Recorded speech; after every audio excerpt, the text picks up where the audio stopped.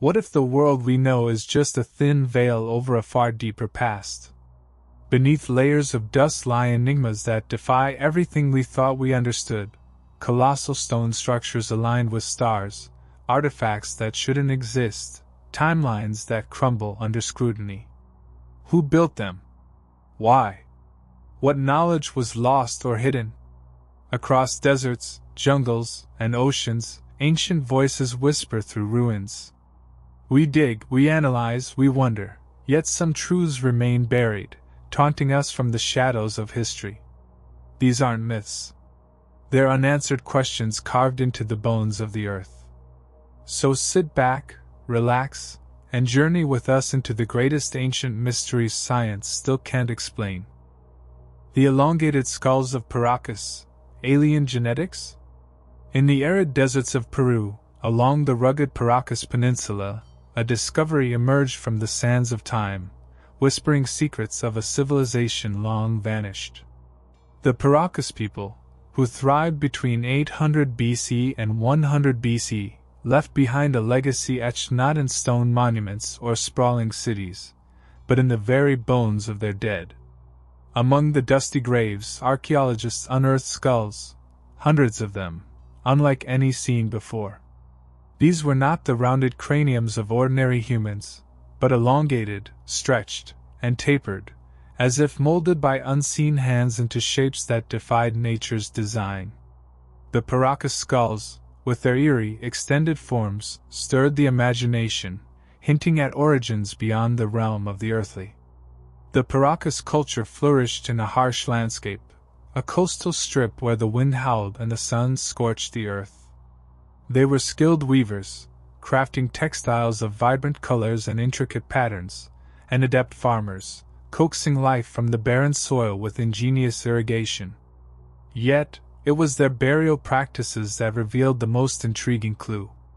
In cavernous tombs, bodies were preserved, seated and wrapped in layers of cloth, their skulls gazing upward as if still watching the stars. These craniums, some elongated to astonishing lengths, bore no signs of typical human proportions. The largest among them stretched backward, smooth and symmetrical, with eye sockets and jawlines that seemed almost too perfect, too deliberate. Scholars of the past pored over these remains, noting the methods of the Paracas. Some skulls showed signs of binding, wooden boards and tight cloths wrapped around the heads of infants, shaping their soft bones over years. This practice, known among ancient peoples, stretched the skull to signify status, beauty, or a connection to the divine. But not all Paracas skulls fit this explanation. Certain specimens, the most extreme, defied the limits of binding. Their volume was greater, their bone structure thicker, and the sutures, those jagged lines where skull plates fuse, followed patterns unlike those of any known human. Some lacked the foramen magnum, the opening at the base where the spine connects, positioned in ways that baffled anatomists. The Paracas, it seemed, held a secret in their very skeletons, a puzzle etched in bone. Whispers of otherworldly origins began to surface. The skulls, some argued, bore traits too alien for earthly explanation. Their capacity, in certain cases, exceeded that of modern humans by hundreds of cubic centimeters, suggesting brains larger than any hunter or farmer of the time could possess. The Paracas lived by the sea, their gaze turned to the heavens, their rituals steeped in reverence for forces beyond the horizon. Did they inherit these traits from ancestors not of this world? Perhaps, in the distant mists of time, beings from the stars walked among them, leaving a legacy in flesh and bone. The elongated skulls rested silently in their tombs, offering no answers, only the weight of their strangeness. The desert winds carried these mysteries across the ages, preserving the Paracas legacy in sand and shadow. Their textiles faded, their tools crumbled, but the skulls endured, a testament to a people who seemed to reach beyond the human. As the sun dipped low over the peninsula, casting long shadows across the graves, the enigma of the Paracas lingered, a riddle unsolved. And yet, not far from this windswept coast, another marvel awaited, lines etched into the earth, vast and precise, stretching toward the sky as if calling to something above. The Nazca lines, giant signals to the sky? Beyond the coastal graves of the Paracas, the desert of southern Peru stretched wide and barren, a canvas of sand and stone baked beneath an unrelenting sun. Here, the Nazca people, who flourished between 100 BC and 800 CE, crafted a marvel that defied comprehension. Across the vast plains, they etched lines, hundreds of them, stretching for miles, forming shapes visible only from the heavens. These were the Nazca lines, enormous geoglyphs carved into the earth, depicting animals, plants, and geometric patterns, as if the ground itself whispered messages to the sky. Their purpose, shrouded in the mists of time, beckoned the curious to ponder their meaning. The Nazca lived in a land of extremes, where water was scarce and survival demanded ingenuity. They dug channels beneath the earth to tap hidden springs, sustaining crops in a place where rain rarely fell. Yet, their ambition reached beyond mere sustenance. With simple tools, perhaps no more than sticks and stones, they scraped away the reddish, iron-rich surface of the desert, revealing a pale underlayer of soil. Lines emerged, straight and unerring, some running for kilometers without deviation.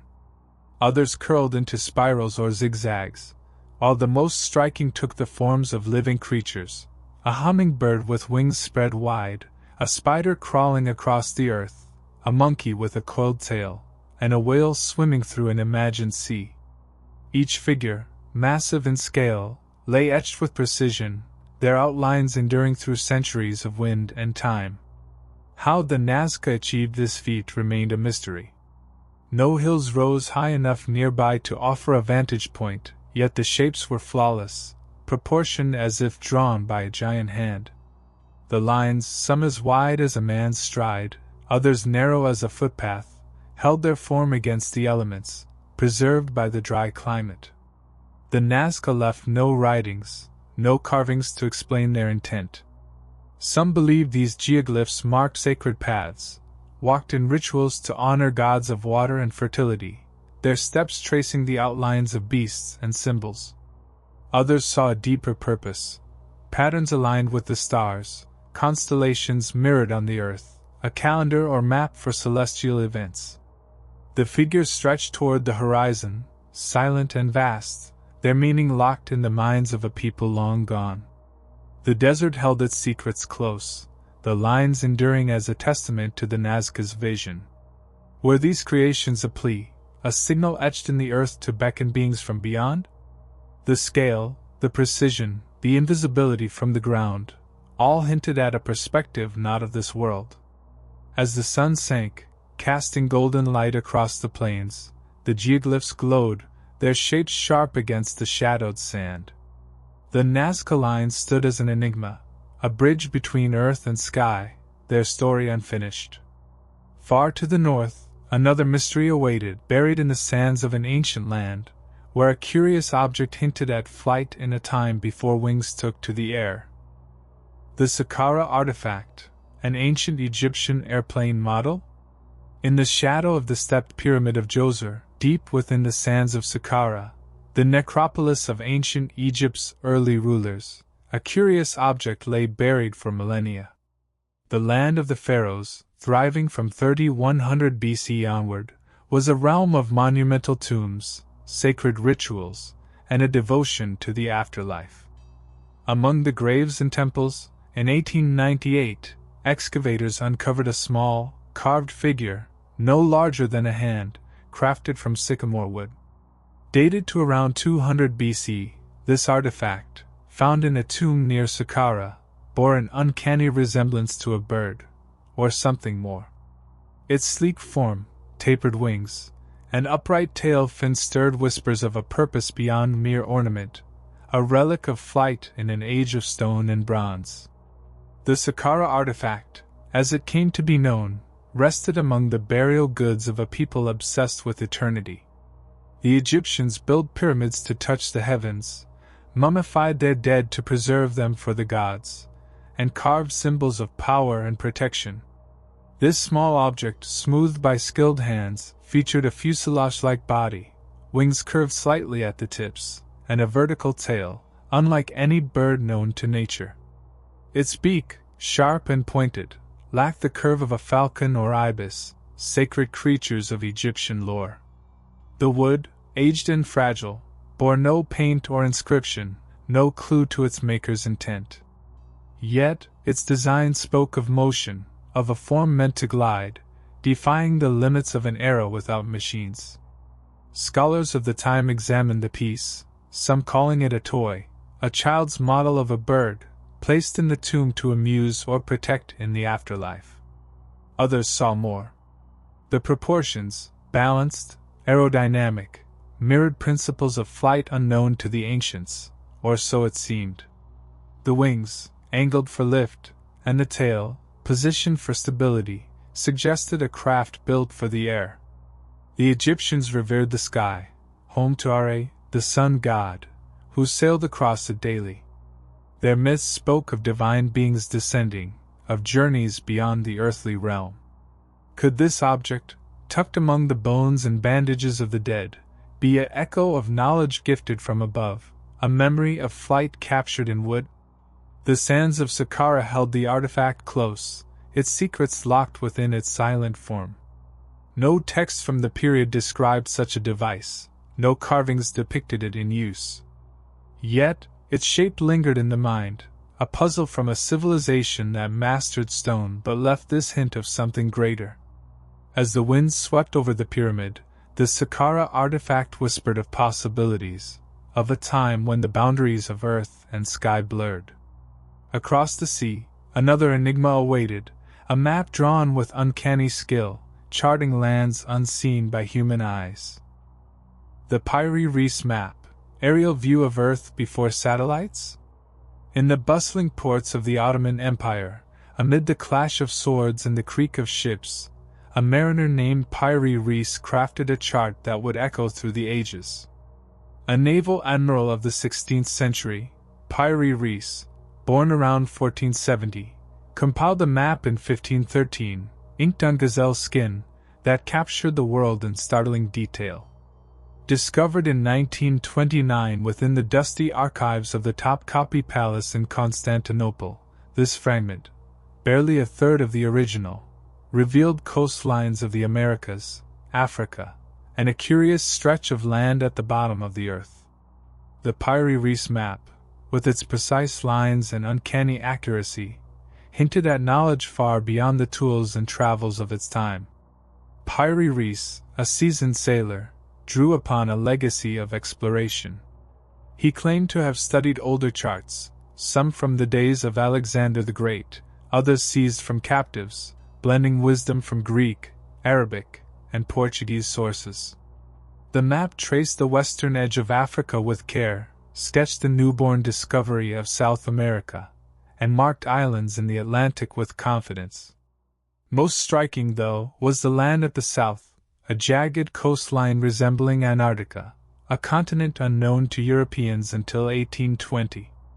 The map's lines, sharp and deliberate, aligned with features hidden beneath ice, as if drawn from a vantage point high above, in an era before ships dared the frozen seas.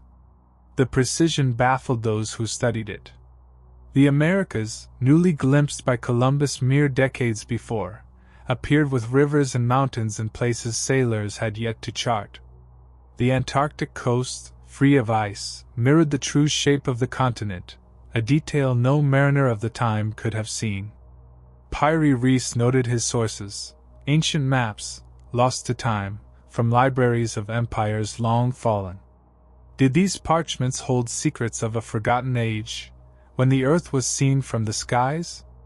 The Ottomans navigated by stars and winds, their knowledge bound to the sea, yet this map stretched beyond, suggesting a vision not born of human hands alone. The gazelle skin, weathered and torn, preserved its mystery through centuries of dust and shadow. Lines curved and intersected, a testament to a cartographer's skill, or perhaps a legacy from beyond. The map offered no words to explain its origins, no clues to the hands that guided its creation. It stood as a silent witness, a bridge between the known and the unknown, its edges fading into questions. As the seas of the Ottoman world lapped against distant shores, another mystery beckoned, this time from the lands of ancient India, where tales of flying machines soared through epic verse. Vimanas in Indian epics, flying machines of the gods? In the ancient lands of India, where rivers wound through fertile plains and mountains pierced the sky, sages and poets wove tales of gods and heroes that echoed through time. From the mists of antiquity, texts like the Mahabharata and Ramayana, composed between 1200 BC and 300 BC, chronicled epic battles and divine deeds. Among these verses, whispers emerged of Vimanas, celestial chariots, wondrous crafts that soared through the heavens, piloted by gods and warriors. These accounts, etched in Sanskrit, painted vivid scenes of machines that defied the earth, sparking wonder about their nature and origins. The text described Vimanas in vivid detail, their forms as varied as the stars. Some were shaped like birds, others vast as palaces, gleaming with metal and adorned with jewels.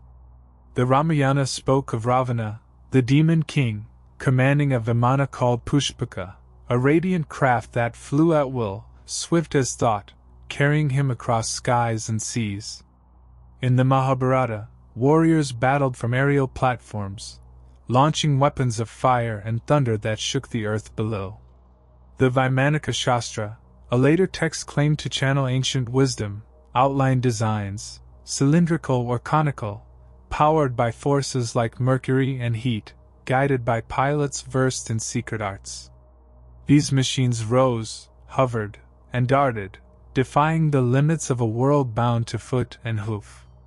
The ancients of India revered the cosmos, their hymns and rituals tied to the sun, stars, and unseen powers. Sages meditated in forests, seeking wisdom from the divine, while kings built temples to honor gods who dwelled above. The Vimanas, these texts suggested, were gifts or creations of celestial beings, Brahma, Vishnu, or others, who descended to guide or challenge mankind. Some accounts hinted at construction, of metals forged and energies harnessed, skills lost to the ages. The precision of the descriptions, flight paths, speeds, even mirrors to cloak the craft, stirred thoughts of knowledge beyond human grasp, a legacy perhaps borrowed from the heavens. These tales, passed down through generations, lingered in the collective memory of a land rich with lore. The Vimanas soared in verse, their forms vivid yet elusive, a bridge between the mortal and the divine. No wreckage remained, no carvings captured their flight, yet the words endured, a testament to a vision of the sky conquered. As the rivers of India flowed on, carrying the echoes of these epics, another mystery called from distant lands, where rock art in the wilds of Australia depicted beings from beyond the stars. Wandjina rock art in Australia, helmeted sky beings? In the rugged, sun-scorched expanses of the Kimberley region in ancient Australia, where red earth stretched beneath a boundless sky, the ancestors of the Aboriginal peoples left a legacy on stone. Dating back thousands of years, perhaps as far as 10,000 BC, the Wandjina rock art adorned caves and cliffs, painted by hands guided by reverence and tradition. These figures, towering and otherworldly, stared out with large, hollow eyes, their heads crowned with shapes like halos or helmets. The Wandjina, as the ancient stories named them, seemed to bridge the earth and the heavens, their presence a haunting whisper of beings from beyond. The creators of this art, nomadic hunters and gatherers, lived in harmony with a harsh land, tracking game and gathering plants under the stars. They painted with ochre, red, white, and yellow, grinding pigments from the earth, applying them to rock with fingers or brushes of reed. The Wandjina stood apart from other depictions of animals and spirits. Their faces, stark and white, bore no mouths, only enormous eyes that gazed unblinking. Around their heads, radiating lines or curved shapes fanned out, resembling headgear or beams of light. Some figures wielded objects, their forms draped in flowing lines, as if clothed in garments not of this world. The Aboriginal tales spoke of the Wandjina as sky beings, creators who shaped the land, brought rain, and then vanished into the clouds.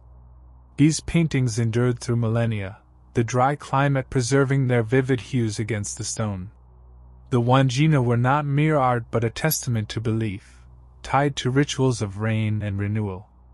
Elders passed down stories of these beings descending from the sky, their power etched into the landscape itself, rivers, hills, and storms born of their will. The helmet-like crowns and glowing auras hinted at origins beyond the earthly, a connection to the stars or realms unseen. The absence of mouths, some whispered, marked their silence, a sign of wisdom, or a nature too vast for human speech. The figures loomed over the rock, silent sentinels of a time long past. The Kimberley's caves held these images close, their meaning woven into the fabric of a culture ancient and enduring. The Wandjina stared across the ages, their eyes a window to a mystery unyielding. Were they echoes of visitors from the heavens, captured in pigment and stone? The answer lay buried in the sands and stories, a riddle without end. As the sun dipped below the horizon, casting shadows across the cliffs, another enigma beckoned, this time from beneath the earth, where vast cities carved in stone hinted at refuge from threats above. Underground cities of Cappadocia, protection from aerial threats? In the heart of ancient Anatolia, where the land of Cappadocia rose in a surreal tableau of jagged peaks and volcanic stone, a hidden world lay carved beneath the earth. From as early as 1200 BC, and flourishing through the Hittite, Phrygian, and later Byzantine eras, the people of this region sculpted vast underground cities, some plunging 8 levels deep. Places like Derinquia and Kaimakli, hewn from soft tough rock, housed thousands in chambers, tunnels, and halls, a subterranean realm shrouded in shadow. These silent cities, vast and intricate, whispered of a purpose beyond mere shelter, a refuge perhaps from dangers descending from the sky. The inhabitants of Cappadocia, skilled in working the land, shaped the pliable stone with simple tools, chisels, picks, and patience.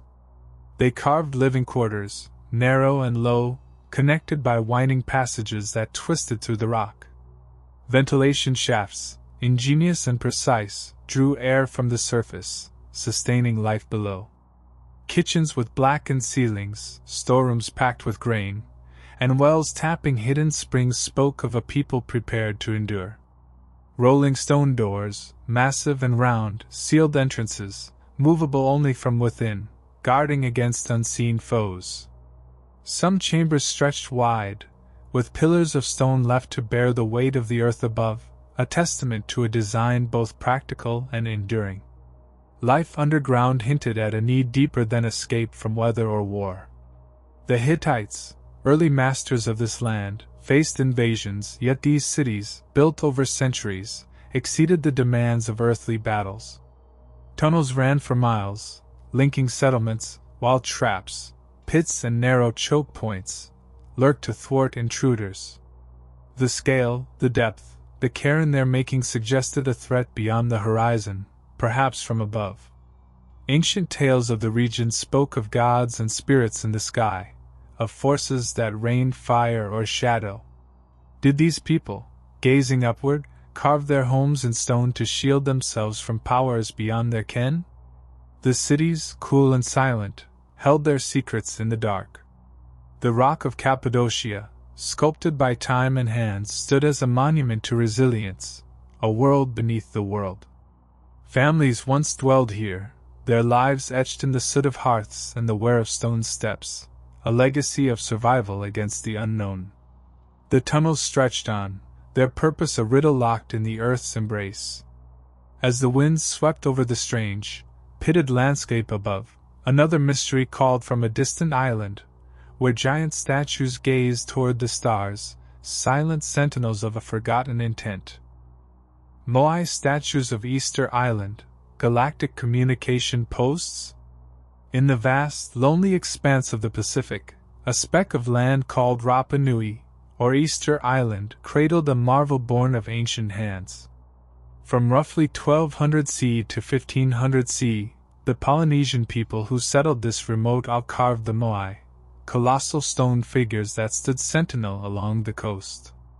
Hewn from volcanic rock, these statues, some towering over 30 feet and weighing tons, gazed inland or toward the sea, their stern faces and deep-set eyes fixed in eternal watch. The moai, shrouded in the silence of a distant past, hinted at a purpose beyond ceremony, perhaps a bridge to the stars. The Rapa Nui people, voyagers of the ocean, reached this isolated triangle of land, their canoes guided by stars and currents. With tools of basalt and obsidian, they quarried tuff from the Reno Raraka crater, shaping giants with broad noses, pursed lips, and elongated ears. Each moai, carved as one with its base, bore the likeness of ancestors, or so the tales claimed, honored to guard the living. Teams of workers, chanting and straining, moved these monoliths across the island, perhaps on logs or ropes, setting them upright on stone platforms called ahu. Some wore red scoria hats, symbols of power, their gaze steady, unyielding to wind and wave. The effort stunned the mind. Hundreds of statues, nearly 1,000 in all, dotted the barren slopes, a feat for a people with no metal or beasts of burden. The moai faced not just the villages but the heavens, their alignment hinting at patterns of the stars. Ancient stories spoke of mana, a spiritual force, channeled through these figures, tying the earth to the cosmos. Their scale, their number, their silent vigil suggested more than reverence for the dead. Were they markers, signals carved in stone, reaching out to beings beyond the sky? The Rapa Nui left no script, only the statues, standing tall against the endless sea, their meaning locked in stone. The island's winds whispered around the moai, their shadows stretching across the earth, a testament to a people's will and vision. The giants stood, unwavering, as if waiting for a sign from above, their purpose a riddle carved in volcanic rock. The Pacific lapped at the shores, carrying the echo of their mystery across the waves. Far to the east, another enigma awaited, where a temple in Japan bore carvings that hinted at visitors from the heavens. Horiji Temple in Japan, depicting ancient UFOs? In the tranquil plains of ancient Japan, near the heart of Nara, the Horiji Temple rose as a beacon of faith and craftsmanship. Founded in 607 CE by Prince Shotoku, a revered figure of the Asuka period, this wooden complex stood as one of the earliest Buddhist sanctuaries, its pagoda and halls a testament to a burgeoning culture. Amid its beams and tiles, crafted by skilled hands, curious carvings and artifacts emerged, their shapes hinting at mysteries beyond the earthly. The relics of Horiji, preserved through centuries, whispered of encounters with the skies, a legacy etched in wood and clay. The temple, built to honor the Buddha, drew monks and artisans who shaped its structures from cypress and stone. Its 5-story pagoda, a marvel of balance, housed sacred relics, while the golden hall sheltered statues of serene deities. Among the treasures, small objects and carvings stood out, disc-like shapes, some with radiating lines, others curved like vessels, tucked into corners or etched onto beams. One clay piece, a Magatama jewel from the temple's early days, bore an odd resemblance to a craft, its surface marked with patterns evoking motion or flight. The artisans, guided by reverence, captured forms that echoed the heavens, their work enduring fire and time. The people of ancient Japan gazed at the stars, their myths alive with kami, spirits of sky, earth, and sea. Prince Shotoku, a scholar and visionary, blended Buddhist teachings with native beliefs, his court a hub of wisdom. Did these carvings reflect tales of celestial visitors, beings descending in radiant crafts to share knowledge or power? The shapes, subtle yet striking, defied the usual motifs of dragons or clouds, their curves and lines suggesting motion through the air. No scrolls from the era spelled out their meaning, yet the relics of Horiyuji stood firm, their presence a silent bridge between the sacred and the unknown. The temple's timbers creaked with age, its artifacts a window to a distant past, their story woven into the fabric of faith. The carvings and jewels, small yet potent, hinted at a vision beyond the horizon, a connection to the cosmos. As incense drifted through the halls, the enigma of Horiyuji lingered, its secrets held in silence. Across the seas, another mystery beckoned, where ancient paintings on African rock depicted figures that seemed to stride from the stars. Tasselai Eniger cave paintings, astronaut-like figures? Deep in the heart of the Sahara, where the sands of Algeria stretched endless and unforgiving, the Tasselai Eniger plateau rose like a fortress of stone. Thousands of years ago, perhaps as early as 6000 BC, a people thrived here when the desert bloomed with rivers and green. They left their mark on the rock, painting caves and shelters with vivid scenes of life and wonder. Among these, the Tasselai Eniger cave paintings stood out, figures in strange garb, with rounded heads and odd appendages, gazed from the stone, their forms evoking travelers from beyond the earth. These ancient artists, hunters and gatherers of a lost era, wielded brushes of reed and pigments of ochre, charcoal, and white clay. They depicted herds of cattle, hunters with bows, and dancers in ritual pose, capturing a world alive with motion. Yet certain images defied the everyday, tall, humanoid shapes, some towering over others, clad in what seemed like suits, their heads encased in rounded forms.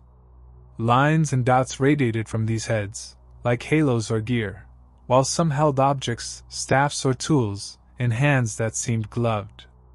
The scenes, etched on wind-worn rock, endured as the land dried, the green fading to sand, preserving a vision of the extraordinary. The people of Tasselai lived by the rhythm of nature, their lives tied to the seasons, their beliefs steeped in spirits of the wild. Their paintings, vivid and bold, spoke of reverence for the world and perhaps something more. These figures, dubbed the round-headed ones, by later scholars, stood apart from the animals and tribes. Their shapes, bulky, structured, with limbs and heads unlike the human form, hinted at beings not of this place. Were they echoes of visitors from the skies, captured in pigment by eyes that witnessed the uncanny? The caves, cool and shadowed, held these images as a testament to a time when the boundaries of earth and heaven blurred. The Sahara's winds swept over the plateau, the paintings enduring in their silent galleries, a record of a people's gaze toward the unknown. The figures stared back, their rounded heads and strange suits a riddle on the rock, their story locked in time. As the sun sank, casting light across the desert stone, another mystery called, this time from the sands of Egypt, where a monument and its hidden depths hinted at secrets beneath the earth. The Sphinx and hidden chambers, alien base beneath the sand? In the shadow of Egypt's towering pyramids, on the Giza plateau, the great Sphinx crouched, a sentinel of stone carved from the bedrock of the earth. Crafted around 2500 BC, during the reign of Pharaoh Khafre, this colossal beast, half lion, half man, stretched over 240 feet long, its gaze fixed eastward toward the rising sun. Its weathered face, scarred by time and wind, guarded the sands, while whispers of hidden chambers beneath its paws stirred the imagination. The Sphinx, a monument of ancient power, hinted at secrets buried deep, perhaps a legacy beyond the hands of man. The Egyptians, masters of stone and sky, shaped the Sphinx from a single limestone outcrop, its body a lion's, symbolizing strength, its head a pharaoh's, crowned with wisdom. They labored with chisels and sweat, aligning it with the stars and the pyramids, a guardian of the necropolis. Beneath its bulk, tales persisted of voids and tunnels, spaces unseen. Ancient texts, like the Inventory Stela, spoke of repairs by kings who found mysteries below, while Greek and Roman scribes hinted at passages leading to realms unknown. Seismic scans and probes, centuries later, revealed anomalies, cavities and channels beneath the paws and body, hollows carved by time or design, their purpose lost to the ages. The people of Egypt revered the Sphinx, tying it to Ra, the sun god, and Horus, the sky lord, their rituals steeped in cosmic order. Its gaze, steady and unyielding, watched the horizon, as if awaiting a sign. Whispers grew of a chamber, a hall of records buried beneath, holding wisdom from a time before the pharaohs. Some believed it a vault, built by hands or minds not of this world, a sanctuary for knowledge or power from the stars. The sand clung to the stone, concealing entrances, the Sphinx silent, its secrets locked within the earth, a riddle of purpose and origin. The winds of Giza swept across the plateau, the Sphinx enduring, its form a bridge between the seen and the unseen. Beneath its paws, the promise of hidden chambers lingered, a testament to a civilization, or something greater, that shaped the sands. As the sun rose, casting light on its weathered face, another mystery called, this time from the ruins of Mohenjo-Daro, where traces of heat and ruin hinted at a cataclysm from the skies. Radiation traces at Mohenjo-Daro, ancient nuclear explosion. In the fertile plains of the Indus Valley, where the river wound through what is now Pakistan, the city of Mohenjo-Daro thrived as a jewel of the ancient world. Built around 2500 BC, this urban marvel of the Indus Valley civilization housed thousands, its streets laid in grids, its homes of baked brick fitted with drains and wells. Yet beneath the dust of its ruin, uncovered in the 1920s, lay clues of a sudden end, melted pottery, fused brick, and traces of heat so intense it defied the tools of the time. Mohenjo-Daro, silent in its collapse, whispered of a cataclysm, perhaps a blast from forces beyond the earth. The people of Mohenjo-Daro mastered their world, crafting seals with script unreadable to this day, trading beads and grain across vast distances. Their city, planned with precision, boasted baths and granaries, a testament to order and skill. Amid the excavated layers, strange finds emerged, clay vessels turned to glass, their surfaces vitrified as if kissed by unimaginable fire. Skeletons lay scattered, some in poses of daily life, frozen as if time stopped in an instant. Traces of radiation, faint but measurable, clung to bones and soil, levels odd for a land untouched by nature's fury or human forge. The ruin, stark and still, bore marks of a power unknown. Ancient texts from the region, like the Mahabharata, spoke of wars among gods, of weapons that blazed like the sun, leveling lands in smoke and flame. Did such a force strike Mohenjo-Daro, a burst of energy that melted clay and silenced the city? The people, thriving one day, vanished the next, their story buried in ash and brick. No volcanoes loomed nearby, no meteors left craters, yet the signs of heat and ruin endured. Some whispered of a legacy from the skies, a moment when celestial power touched the earth, leaving only echoes of its might in the shattered remains.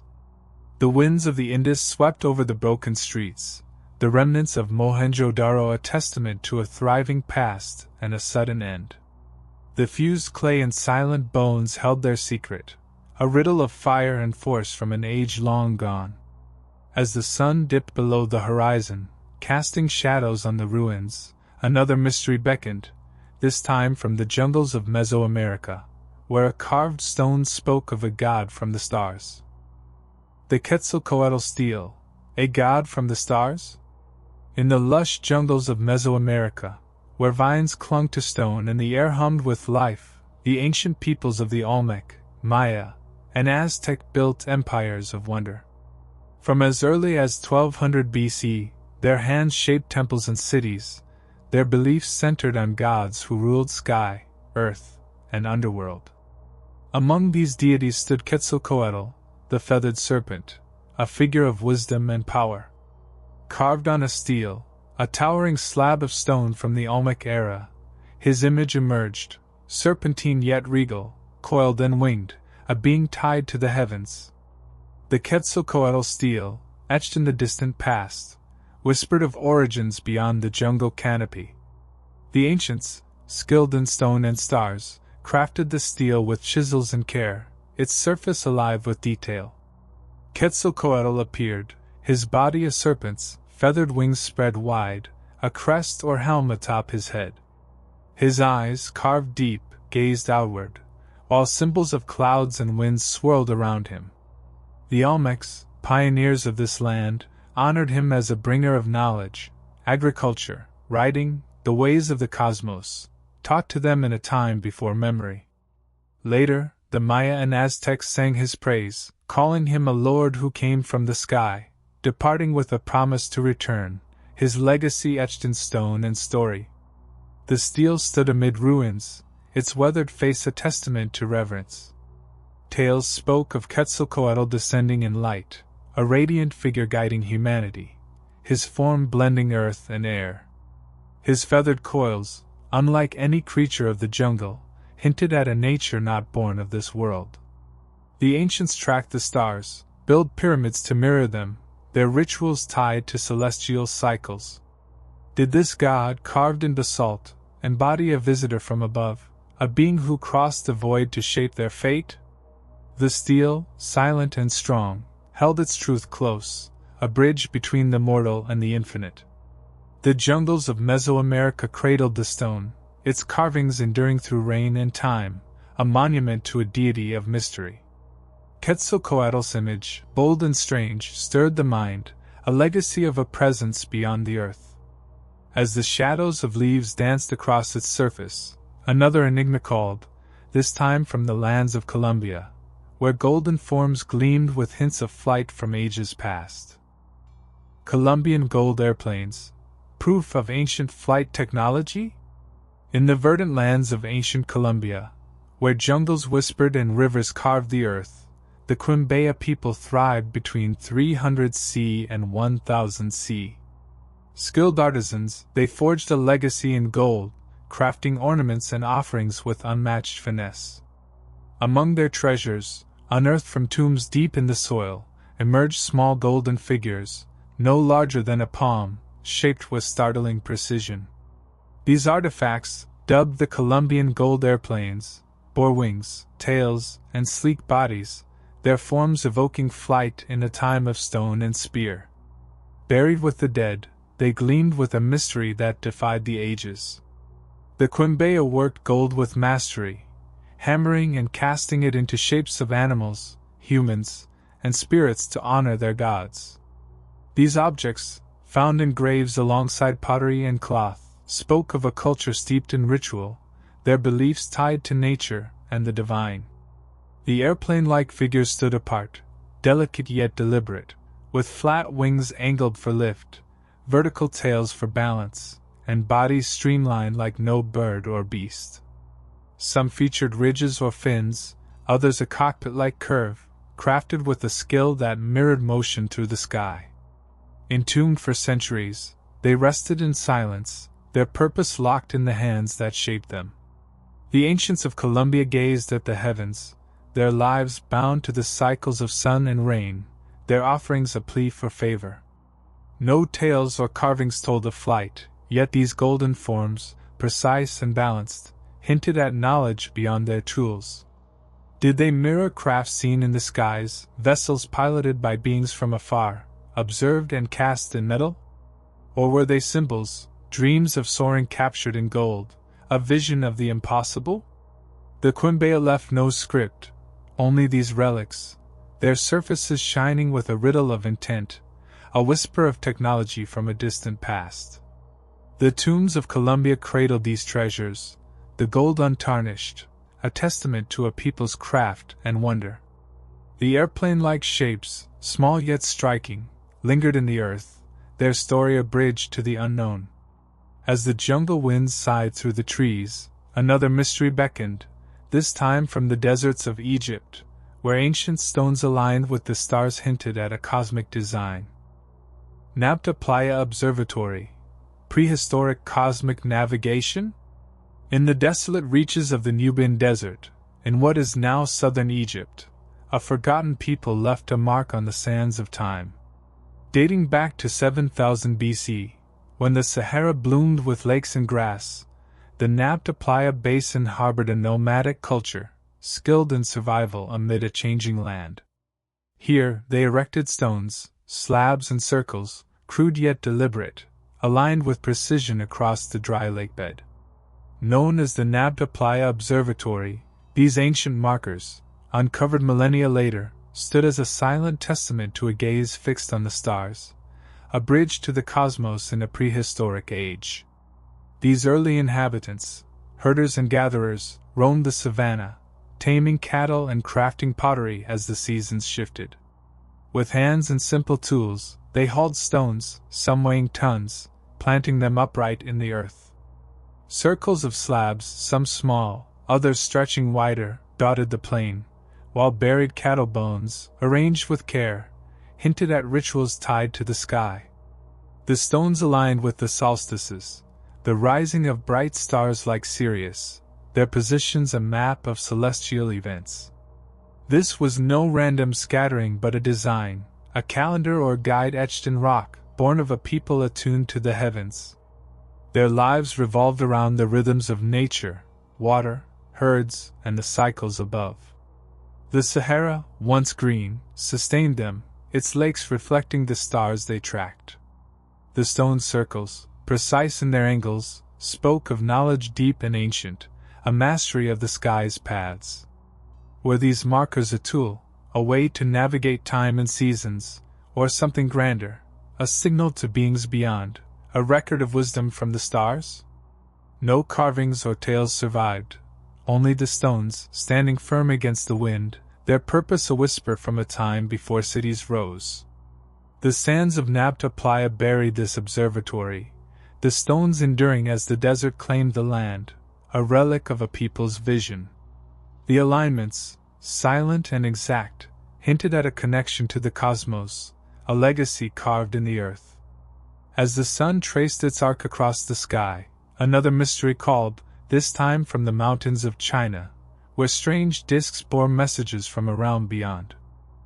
The Dropa stones, messages from another world?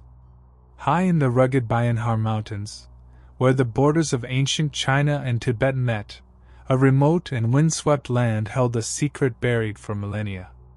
Around 10,000 BC, or so the tale suggests, a people unknown to history left behind a cache of strange relics. Unearthed in 1938 from caves along the cliffs, the Dropa stones emerged, hundreds of disc-shaped stones, each a foot wide, etched with grooves and tiny markings. These peculiar artifacts, found amid bones and dust, whispered of a story beyond the earth, a legacy of messages from a realm unseen. The find, nestled in the Bayan range, revealed discs of stone, smooth and precise, with a hole at their center like ancient spindles. Fine spiral grooves ran from the core to the edge, carved with care, bearing symbols too small for the unaided eye, dots, lines, and shapes resembling a script lost to time. The caves, stark and silent, held skeletons, small and fragile, their forms unlike those of the region's tribes. Local legends of the Dropa, a strange people said to have descended from the skies, echoed through the mountains, their memory tied to these stones, their lives a mystery shrouded in the past. The ancients of this land, herders and hunters, roamed the highlands, their lives bound to the earth and stars. The discs, some claimed, told a tale, decoded by patient eyes, of beings from above, their craft crashing in the peaks, stranded in a world not their own. The symbols, delicate and deliberate, hinted at a record, a chronicle of origins or a plea for rescue, etched by hands or minds beyond the human. The stones, brittle yet enduring, lay in the caves, their weight a testament to a moment when the heavens touched the earth, their meaning locked in the spiral grooves. The Bayanhar Mountains guarded these relics, the Dropa stones silent amid the dust, a bridge to a time of wonder. The discs, with their cryptic marks, stood as a riddle, a whisper of contact from the stars. As the winds howled through the peaks, another mystery beckoned, this time from the sands of Egypt, where traces of metal and meteorites hinted at a craft not of this world. Metallic structures in Egyptian meteorites, hidden alien tech? In the sun-scorched sands of ancient Egypt, where the Nile breathed life into a land of stone and dust, a civilization rose to eternity, their monuments piercing the sky. From 3100 BC, the Egyptians crafted a world of pyramids, temples, and tombs, their hands guided by reverence for gods and the cosmos. Amid their treasures, buried in the earth or nestled in royal graves, lay fragments of a stranger origin, meteorites, fallen from the heavens, bearing traces of metal unlike any forged by man. These metallic structures, locked within starry rocks, whispered of a power beyond the dunes, a legacy perhaps not of this world. The people of the Nile, masters of craft, tilled the fertile banks, hauling stone for pharaohs and shaping gold for the divine. Their eyes turned upward, tracking stars, their myths alive with Ra, the sun god, and Thoth, keeper of wisdom. Meteorites, rare and revered, crashed into the desert, gifts from the sky, their surfaces pitted and dark. Within these celestial stones, excavated from the sands, artisans found iron, hard, unyielding, and strange. Beads from Gerza, dated to 3300 BC, and a dagger from Tutankhamun's tomb, 1350 BC, bore this metal, its nickel-rich sheen distinct from earthly ores. The Egyptians called it iron from the sky, a material sacred, tied to the heavens, its origin a marvel. These fragments, scattered across the desert, told a tale of fire and fall. Meteorites, born in the void, streaked through the night, landing in the wastes of Nubia and beyond. Scholars of the time, priests in temples, prized them, shaping beads and blades, their edges sharp, their luster odd. The iron, fused with nickel, resisted the rust of earthly tools, its makeup a puzzle. In the tomb of the boy king, a dagger rested by his side, its blade of meteoritic iron, crafted with care, its surface gleaming as if kissed by stars. Other finds, amulets, tools, emerged from graves, their metal traced to cosmic origins, a blend no furnace of the age could match. The ancients, with chisels and faith, worked this gift, their hands blending the earthly with the celestial. The desert preserved these relics, the sands a silent vault for eons. The Egyptians wove the sky into their world, pyramids aligned with Orion, temples to the sun's path. Their texts, carved on stone, spoke of gods descending, of powers born beyond the horizon. Did these metallic structures, locked in fallen rocks, carry a deeper truth?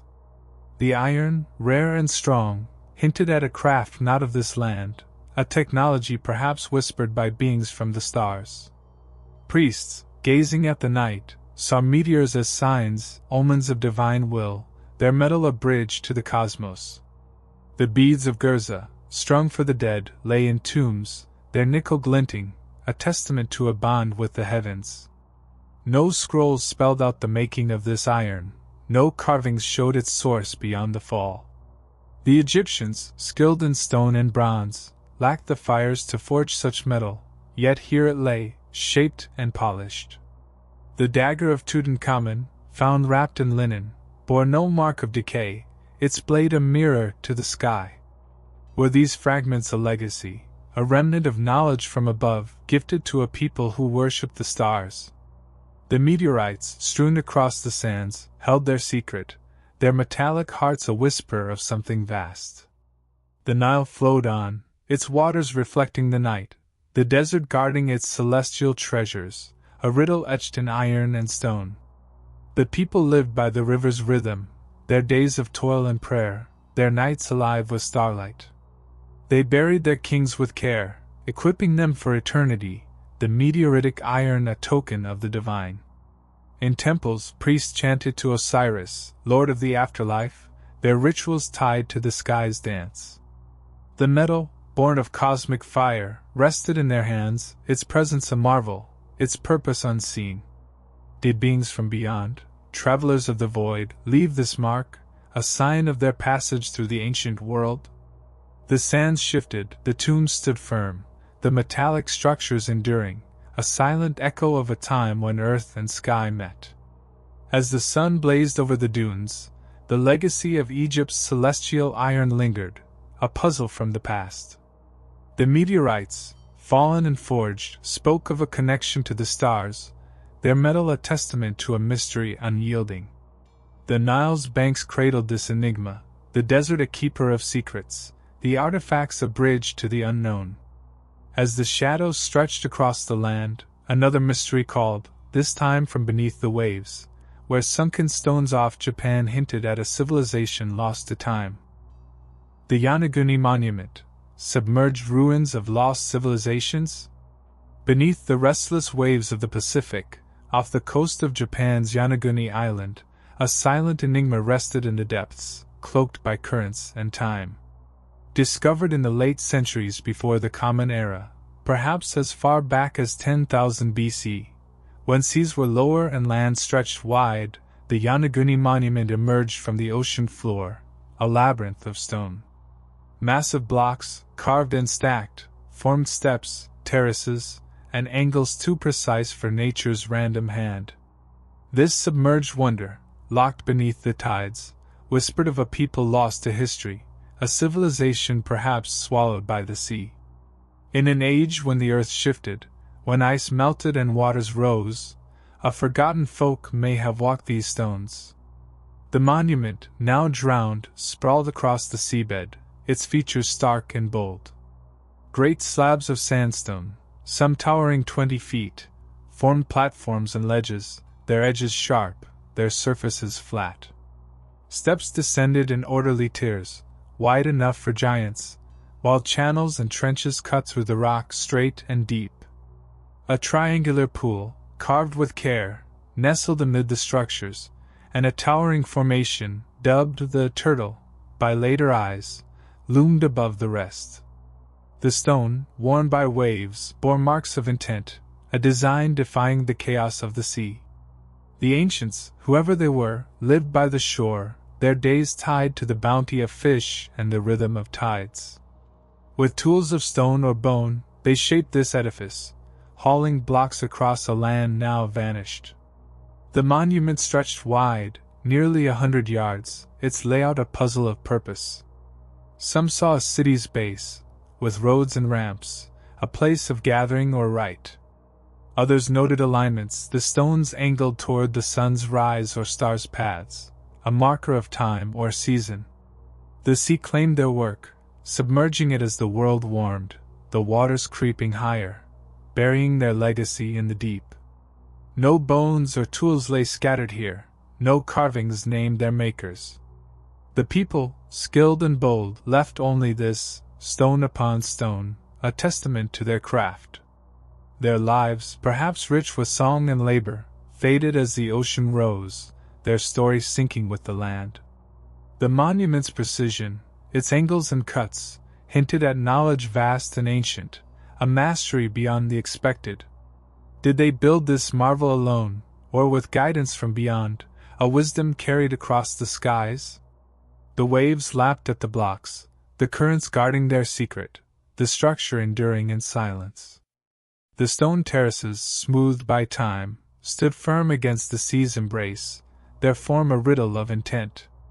Were these the ruins of a people advanced, a civilization thriving before the flood, their works now lost to the depths?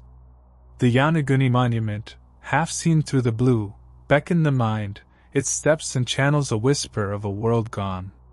The ocean cradled it, the tides a veil over its truth, the stones a bridge to a past unseen. As the waters swirled above, another mystery called, this time from the sands of Egypt, where great pyramids rose with a power beyond the tools of man. Puma Punku stonework, precision cutting beyond ancient tools. In the high plains of ancient Bolivia, where the Andes stretched toward the sky, the site of Puma Punku stood as a marvel amid the rugged earth. part of the Tiwanaku civilization, flourishing from 300 CE to 1000 CE. This complex of ruins lay near Lake Titicaca, its stones scattered like the bones of a forgotten giant. The builders, a people of skill and vision, left behind blocks of andesite and sandstone, cut with a precision that defied the era. Pumapunku, with its uncanny stonework, whispered of a craft beyond the hands of man, a legacy etched in the highlands. The Tiwanaku people thrived in this harsh land, coaxing crops from the soil and channeling water with mastery. Their hands, armed with stone and copper tools, shaped Pumapunku, a place of ceremony or power. The blocks, some weighing tons, bore cuts as straight as a blade's edge, their surfaces smooth, their angles exact. H-shaped stones, interlocking like a puzzle, fit with seams so tight no blade could slip through. Drilled holes, round and deep, pierced the rock, while grooves and channels ran true, as if guided by a mind beyond the age. The andesite, hard and unyielding, bore marks no chisel of the time seemed fit to make. These builders raised structures vast and grand, their purpose tied to the stars and the sacred. The stones, hauled from quarries miles away, rested in patterns deliberate and strong. Some blocks, massive and rectangular, stretched long, their faces polished to a sheen. Others, carved with niches and steps, suggested walls or gates, now fallen, their design a testament to skill. The Tiwanaku honored the cosmos, their rituals echoing through the altiplano, their beliefs woven into the earth. The precision of Pumapunku, its cuts and joins, hinted at a knowledge deep and strange, a craft that stretched the bounds of the possible. No records named their methods, no tools explained the work. The stones, scattered by time, lay amid the dust, their surfaces unmarred, their edges sharp. The H-blocks, unique and complex, locked together, a system defying the crude bronze and stone of the day. Did the Tiwanaku wield a power lost to us, a technique born of their own genius?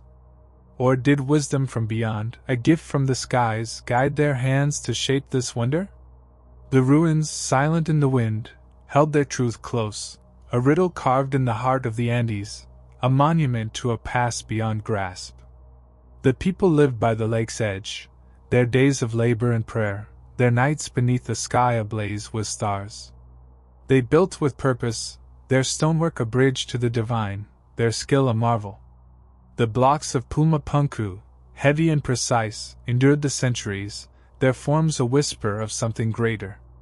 The altiplano stretched wide, the ruins a sentinel of time, their story locked in the cuts and grooves. As the sun dipped low, casting light across the scattered stones, the enigma of Pumapunku lingered, a final testament to the mysteries of the ancient world. The earth cradled these wonders, from skulls in the desert to stones beneath the sea, each a fragment of a tale untold. Pumapunku stood among them, its precision a beacon, its origins a shadow. The ancients, across lands and ages, left these marks, signs of skill, belief, or perhaps a touch from beyond. As the winds swept the highlands, the stones of Pumapunku endured, closing this journey through the veiled past, a legacy of wonder etched forever in the annals of time.